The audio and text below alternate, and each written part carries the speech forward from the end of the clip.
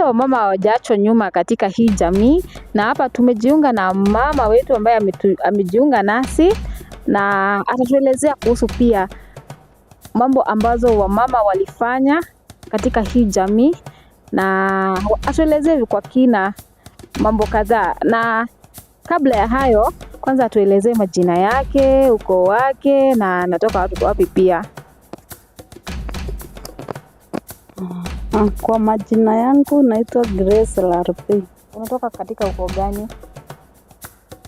Ukoo ya naitwa Laiser. Laiser.